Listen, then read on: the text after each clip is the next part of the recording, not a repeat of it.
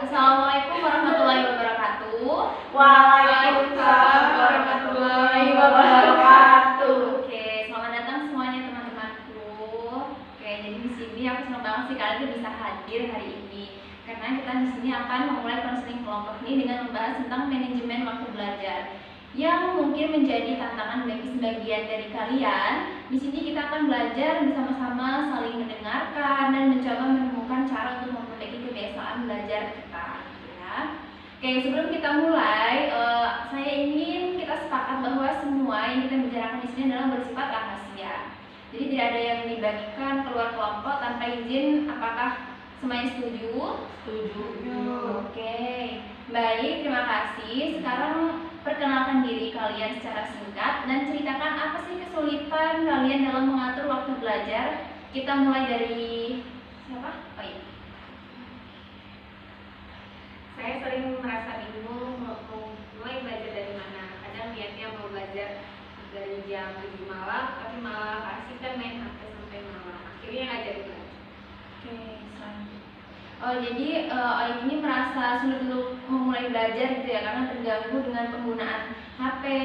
Ya gitu ya. Apakah kamu sudah pernah mencoba jadwal belajar? Sudah sama. Terima kasih Oik.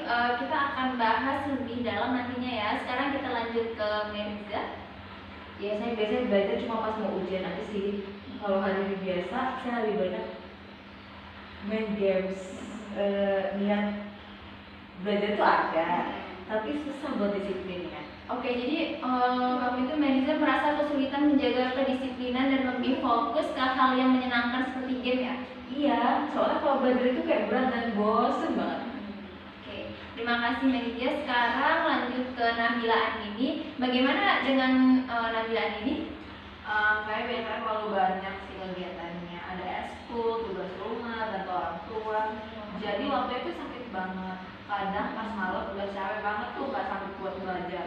Oh, jadi si Nabila ini tuh merasa terlalu banyak kegiatan, jadi Oiknya selalu sulit punya waktu untuk belajar. Tapi itu biasanya terjadi ketika kita belum mengatur prioritas dengan tepat. Oke, terima kasih ya si Nabila. Oke, selanjutnya lanjut ke Nabila Dwi. Kalau saya lebih gampang terdistrak, misalnya udah buka buku tapi malah keinget buka YouTube terus nggak sadar dan sudah nonton. Oh, oke. Jadi kamu tuh fokusnya gampang teralihkan gitu ya oleh hal-hal yang lain, terutama gadget ya? Iya, susah banget konsentrasi lama-lama. Oke, baik. Itu kita baik. Selanjutnya kita ke Helen. Gimana Helen? Jadi saya tuh pengen belajar teratur, tapi kadang bingung cara mulai bikin jadwalnya gimana. Kadang ngerasa semua pelajaran itu numpuk dan nggak tahu mana dulu yang harus dikerjain. Oke, jadi kamu merasa kewalahan gitu ya karena semua tugas dan materi numpuk gitu dan kamu belum tahu cara menyusun prioritas dan jadwalnya gitu kan? Iya benar. Oke.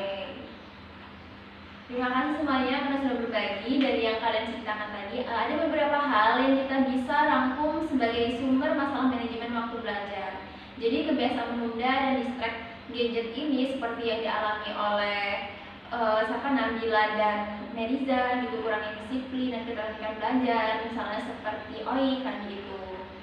Oke, jadi hari ini jadi kalian tidak sendiri ya, baik teman sesuai seusia kalian yang mengalami hal yang sama gitu. Dan kabar baik yang masalah itu bisa kita atasi bersama-sama dengan strategi yang tepat. Selanjutnya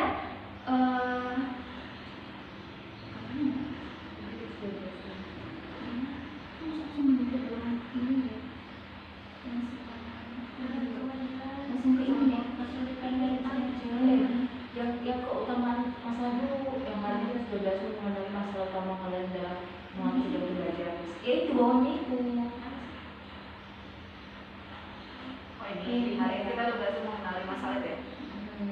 Oke, jadi hari ini kita sudah berhasil mengenali masalah utama kalian dalam mengatur waktu belajar gitu. Oke, kita lanjut. Selanjutnya itu di sesi berikutnya ya, kita akan mulai membahas cara-cara yang bisa dilakukan untuk membuat jadwal belajar yang efektif, mengatasi penundaan dan meningkatkan motivasi. Sebelumnya kita akhiri ya, saya ingin kalian masing-masing pikirkan satu hal yang ingin kalian ubah atau perbaiki minggu ini. Misalnya mengurangi waktu bermain HP atau mencoba membuat jadwal belajar sederhana. Kalau Ayu sendiri gimana?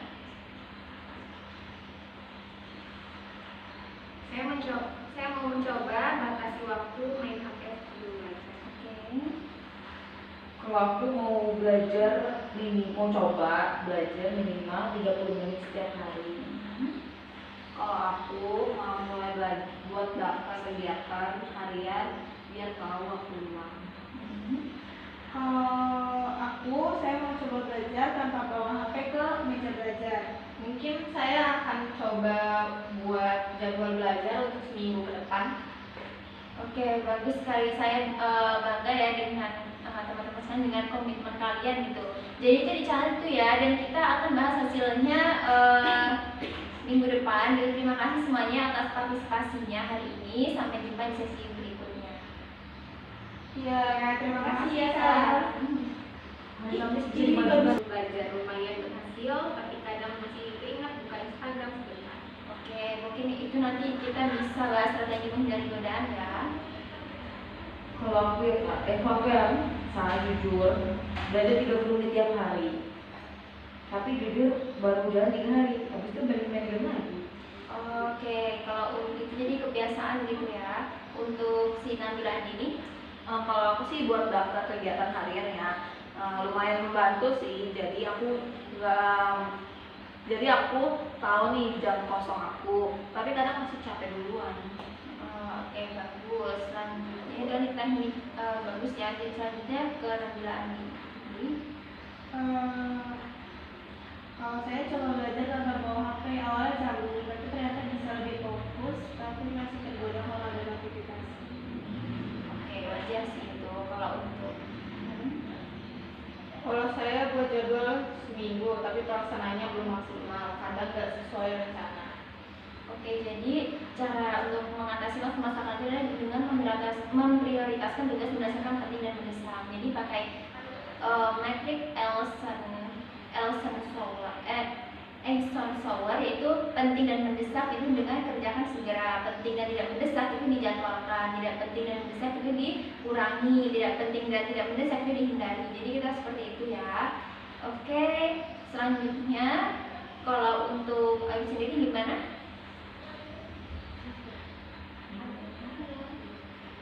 Ini yang mana? Saya lebih enak belajar. Saya lebih enak belajar pagi, Kak.